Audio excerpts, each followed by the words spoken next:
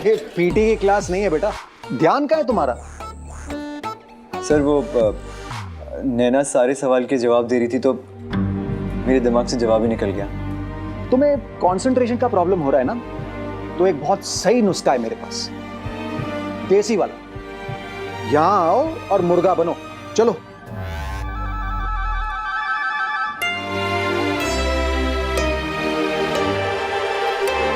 तुम दोनों कहां चले राहु केतु?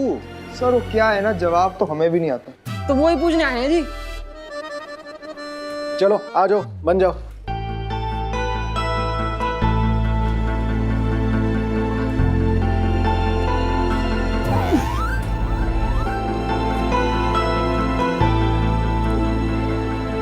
अब पंडित, ये मास्टर में मुर्गाई क्यों बनाते हैं, मुर्गी क्यों नहीं? ताकि हमें अंडे ना देने पड़े।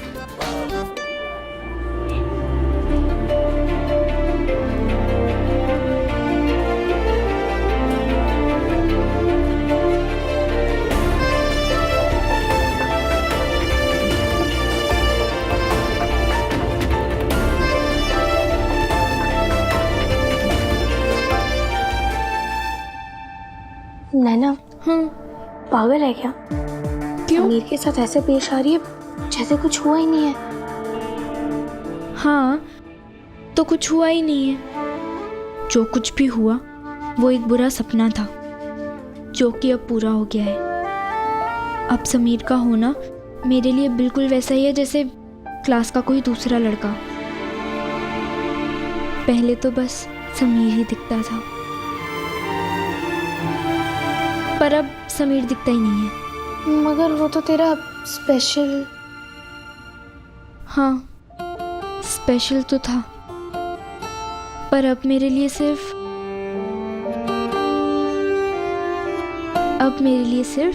मेरी पढ़ाई और मेरी फैमिली स्पेशल है। अब मेरी जिंदगी बिल्कुल वैसी ही होगी जैसी समीर के आने से पहले थी। चल। ओ बकुल सूचक, 9वीं कक्षा, इधर आओ। तुम्हारे पापा के यहाँ 1991 का नया कैलेंडर आएगा ना, तो लेते आना, ठीक है? जी सर। जाओ पढ़ाई करो। अरे राकेश जी, माउंट आबू में तो आपने काफी मजे किए होंगे। अरे मजे करने नहीं, ड्यूटी करने गया था। बच्चों पे नजर रखने। बच्चे बहुत शातिर हैं। देखा नहीं कैसे लाइब्रेरी में बंद कर दिया था मुझे कि मैं माउंट आबू ट्रिप पे जा ही नहीं पाऊँ। अरे राकेश जी, आप इतने यकीन से आप कैसे कह सकते हो कि बच्चों ने आपको बंद कर दिया था? बच्चे तो बाहर में बस में बैठे हुए थे। अरे तो और कौन हो सकता है? हाँ, उनको ट्रिप पे मनमानी करनी थी, इसलिए उन लोगों ने षड्यंत्र रचा। पर ये किसने किया है, कैसे ढूंढेंगे? अरे ये प्रशासन का जिम्मा है। मैं प्रिंसिपल सर से शिकायत करूंगा कि उस बदमाश को ढूंढे जल्दी से। सर, क्या मैं अंदर आ सकता हूँ? ये लो, शैतान का नाम लिया, शैतान हाजिर हो गया। और मुझे पूरा यकीन है कि इसके आवारा गैंग ने ही वो साजिश रची थी। अरे ये तो हमारे ट्रस्टी जी का नाती है। और क्या सबूत है कि इसने ऐसा किया है? सर सबूत मेरे पास है।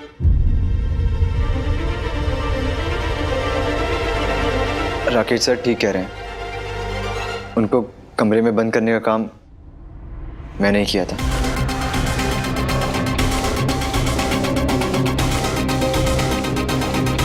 देख लिया क्या कहा था मैंने आपसे? सर मैं गलत था और राकेश सर सही थे, और मैं अपनी गलती स्वीकार कर रहा हूँ। राकेश सर से माफी मांगने आया हूँ।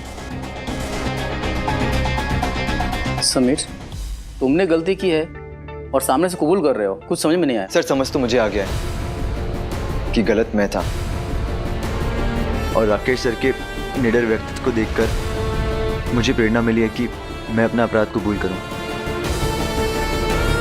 और इसीलिए मैं आपसे माफी मांगने आया हूं सर। नौटंकी पास, अब ये क्या नया नाटक है तुम्हारा?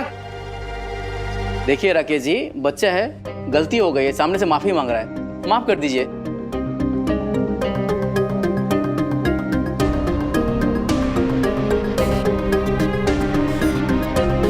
तुम सच में माफी चाहते हो? जी सर, क्योंकि मैं एक गुनहगार हूं और आप जज।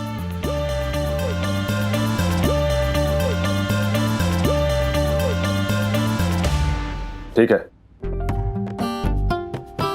तुम खुद से आए हो, अपनी गलती स्वीकार कर रहे हो और मेरे व्यक्तित्व से प्रभावित होकर के ऐसा कर रहे हो, तो इस बार तुम्हें माफ करता हूं। पर हाँ, याद रहे, अगर अगली बार ऐसे करोगे तो सजा जरूर मिलेगी। जाओ यहां से। जी सर।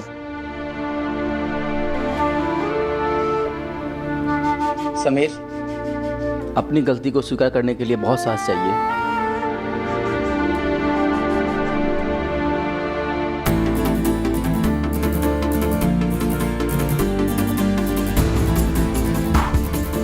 ठीक है, ठीक है।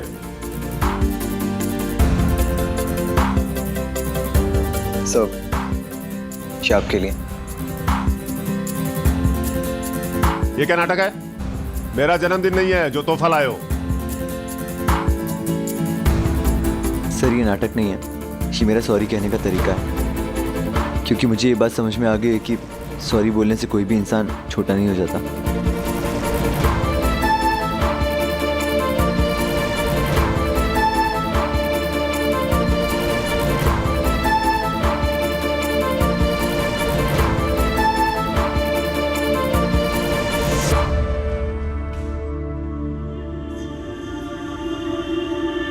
ये सोने का है क्या? नहीं सर, ये सोने का नहीं है, सोने की पॉलिश है इस पे। लेकिन सर, वैसे भी आप तो पारस मनी हो, कोई भी चीज छूते हो वो सोने की हो जाती है। तो अब जब आप ये अपनी पॉकेट में रखेंगे अपने गोल्डन हार्ट के पास, तो ये भी सोने का हो जाएगा। और अब स्वर्ण अक्षर से आप हम बच्चों को अच्छी शिक्षा दे सकते हैं। प्लीज सर, आप मना मत करना। आप इसे हंस के स्वीकार करेंगे तो मुझे लगेगा कि आपने मुझे माफ कर दिया। कुछ सीखो मेरे अर्जुन से। मेरे नक्शे कदम पर चलकर देखना कितना आगे जाएगा। अच्छी बात है कि तुमने भी कुछ प्रेरणा ली है, क्योंकि एक शिक्षक का शस्त्र है, हथियार है, उसकी पहचान है। इसलिए मैं ये स्वीकार कर लेता हूं। लेकिन हाँ, एक सच्चे शिक्षक को तोहफा देके उसे खरीद नहीं सकते। अगर अगली बार गलती करोगे तो सजा जरूर मिलेगी। जी सर, मैं आगे से कोई भी गलती नहीं करूंगा। बस आप एक बार मुझे माफ कर दीजिए।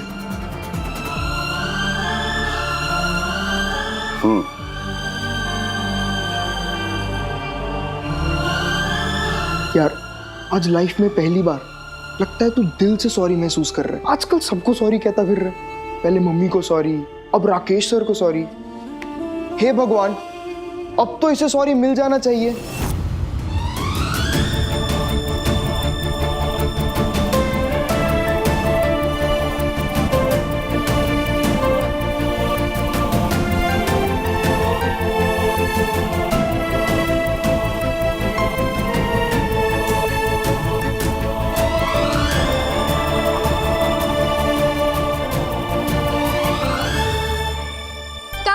पिछली बार की तरह बेईमानी मत करना। हाँ, ठीक है। नहीं करेगी।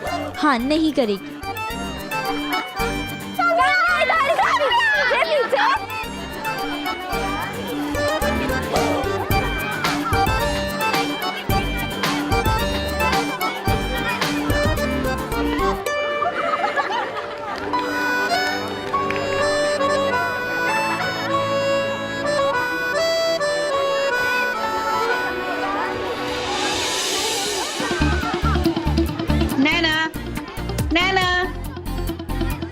देखो, यहाँ हमारे समीर की हालत पतली हो रही है, माफी का कटोरे लिए दर दर भटक रहा है। बाबा माफी दे दो, ए बाबा माफी दे दो, ए बाबा माफी दे दो, माफी दे दो। और यहाँ देखो महारानी को कैसे आंख में चोली खेल रही है, जैसे इसको कोई फर्क ही ना पड़ रहा हो। नहीं यार मुन्ना, गलती मेरी है तो माफी मुझे मांगनी चाहिए ना। वो अपनी जगह सही है और मैं अपनी जगह।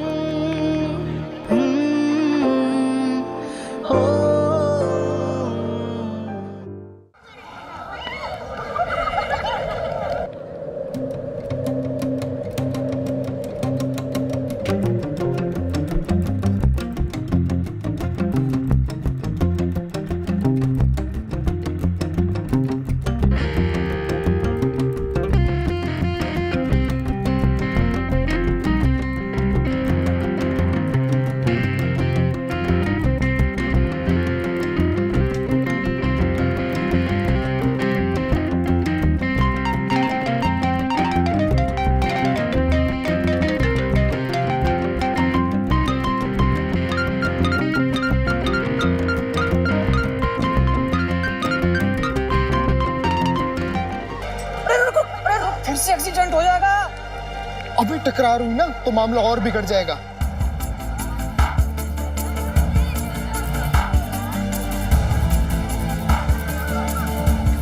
नैना,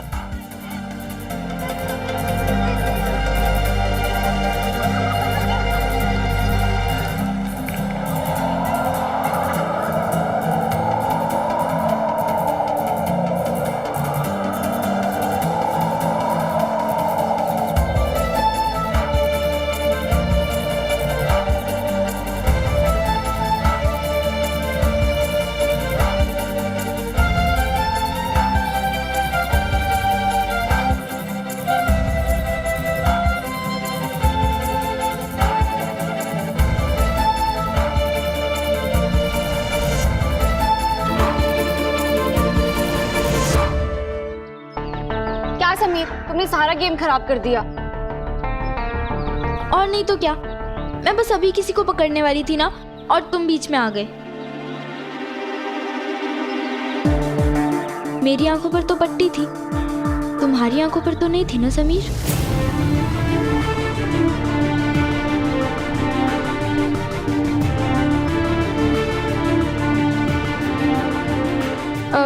ये लो, मैं पानी पीकर आती हूँ।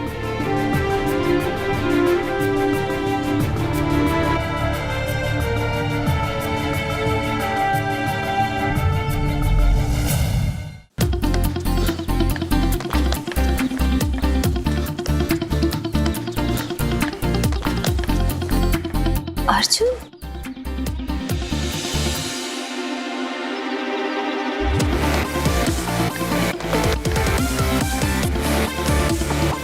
अर्जुन,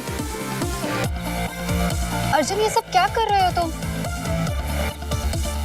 अर्जुन, मैं तुमसे बात कर रही हूँ, ये सब क्या हो रहा है? तुमने सुबह प्रैक्टिस की थी ना, तो फिर ये सब दोबारा क्यों? एक दिन बाद मेरा टीम सिलेक्शन है और उस टीम में मुझे कैसे भी करके सिलेक्ट होना है। अर्जुन, वो सब ठीक है, लेकिन तुम पहले से ही थक जाओगे तो बाद में कैसे खेलोगे? तुम अपने दिमाग पे इतना दबाव मत डालो, तुम्हारी गेम पे असर करेगा।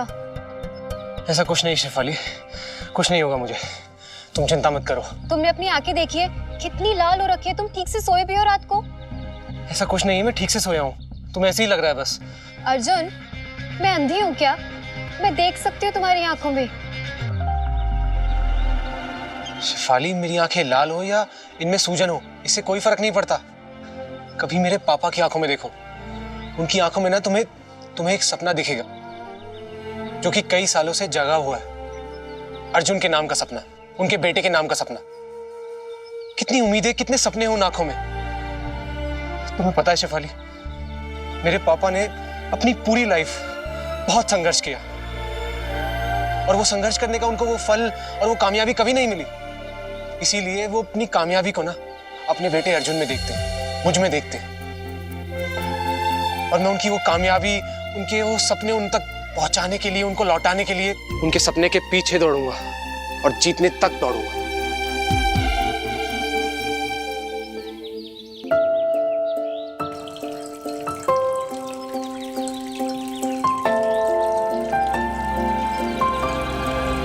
आई एम सॉरी नैना,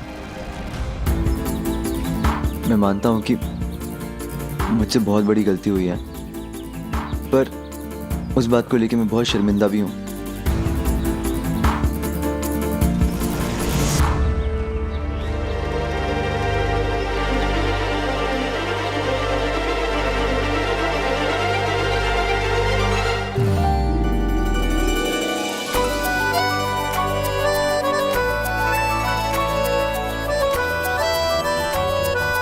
फिर से तोड़ दिया ना? What? मैं तो अब ये फूल माली ने कितने प्यार से उगाया होगा और तुमने तोड़ दिया। बिल्कुल अच्छा नहीं किया तुमने। ये फूल तो बाग में अच्छे लगते हैं, इतने प्यार से उगाए हुए फूल तुम बस ऐसे ही तोड़ लाए। नैना, मैं जानता हूँ कि मुझसे गलती हुई है, पर तुम एक बार तो मुझे माफ कर सकती हो ना, एक मौका तो दे ही सकती हो ना। ठीक है, पर पहले एक बात बताओ, तुम ये फूल वापस से जोड़ सकते हो, मतलब कि वापस से भाग में लगा सकते हो। नहीं, एक मिनट।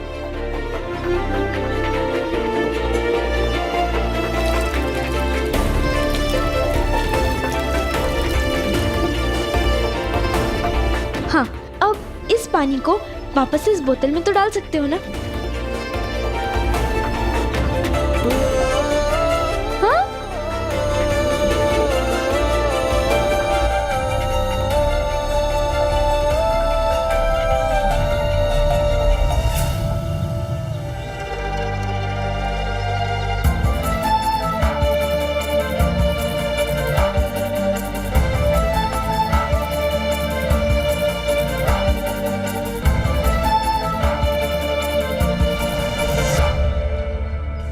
मुझे तो लगता था इसका बाप ही टेढ़ा आदमी है। मगर बेटी तो बाप से भी 2 कदम आगे निकली। मुझे लगता है इनका पूरा परिवार ही टेढ़ा मेढ़ा है।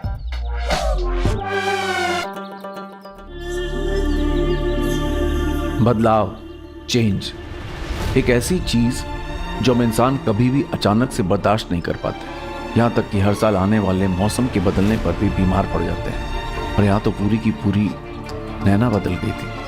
उसकी आंखों में मेरा वजूद बदल गया था।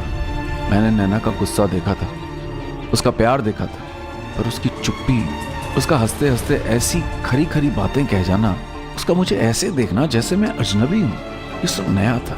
इस बदलाव की छोटी सी चिंगारी में मैं ऐसे जल रहा था जैसे शायद कोई कभी आग में भी नहीं जलता। पर मैंने भी तय कर लिया था, अगर नैना 2 कदम पीछे हटाएगी तो मैं 4 कदम चलकर उसकी तरफ जाऊंगा, फिर चाहे इस आग पर चलकर ही क्यों न जाना पड़े।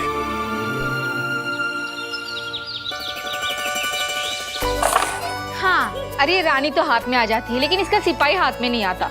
हाँ तो रानी तो रखो वापस। हाँ तो रख रही हूँ ना, ये ले। चाची जी, इतना जोर लगाने से कुछ नहीं होता, निशाना ठीक से लगाओ। अब भगवान झूठ ना बुलाए बेटा, मेरा तो सारा निशाना तेरी चाचा जी के सेवा में रहता है। हाँ तभी पापा को रोज टिंडे खाने पड़ते हैं। ये देखो, तुम्हारे पापा भी आ गए। बेला की हाथ के ना ठंडे भी मुझे पनीर जैसे लगते हैं। आज अब बहुत जल्दी आ गए, इधर दीजिए, मैं पानी लेकर आती हूँ। हाँ, हार रही थी इसलिए पानी लेने चली गई। बेला ऐसे कैसे हार जाएगी, मैं आ गया ना चिताने के लिए उसे। मेरी बारी। ने वाह, यहाँ देखो महफिल सजी हुई है।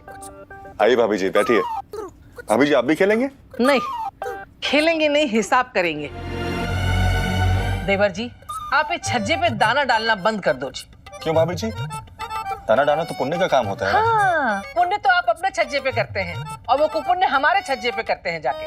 वो सारे पक्षी जो आपके यहाँ दाना खाते हैं, हकते तो हमारे छज्जे पे ही जाके। सफाई हमें करनी पड़ती है, ये देखो। और वैसे भी आपके भाई साहब को ये सब पसंद नहीं है। हाँ अच्छा ठीक है भाभी जी, मैं पंछी को दाना बगीचे में डाल के आ जाया करूंगा। प्रीति, जरा इसको फेंका ना, बहुत बदबू आ रही है। जाओ जाओ। हाँ ले, फेंका।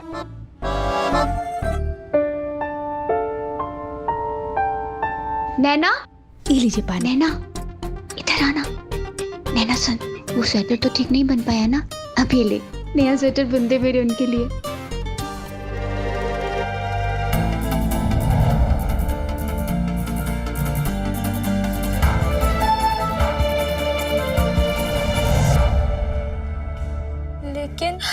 लेकिन कुछ नहीं नैना, तूने प्रॉमिस किया था कि तू अपने जीजा जी के लिए, मतलब मेरे उनके लिए नया स्वेटर बुन के देगी, तो अब टालना मत। हाँ ने वाह, तेरे हाथ में मेहंदी लगी है क्या है?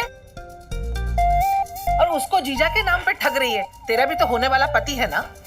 इतनी कामचोरी अच्छी नहीं लगती पूजा, बिल्कुल अपनी माँ पर गई है। वो तो इसके भाग्य अच्छे थे कि मेरे जैसी जेठानी मिली, सारा काम तो मैं ही कर लेती थी। अब तू क्या करेगी? ससुराल में नैना को लेके जाएगी? अरे नहीं, नैना से पहले मेरी बात हो चुकी है। वो ससुराल सिर्फ मेरे साथ आएगी क्योंकि हम दोनों एक ही घर में शादी कर रहे हैं। ओ भाई, एक की शहनाई बजनी अभी शुरू भी नहीं हुई, दूसरे की पीपरी की तैयारियां शुरू हैं। शादी की बहुत जल्दी बची है तुम दोनों। भाभी जी आपके लिए इलायची वाली चाय लेकर आओ। लेकर आती हूँ। सुन नैना, थके होंगे। तू ना प्लीज अपने जीजा जी के लिए स्वेटर बना दे। जरूर बुन दूंगी। मैं सिलाई लेकर आती हूँ।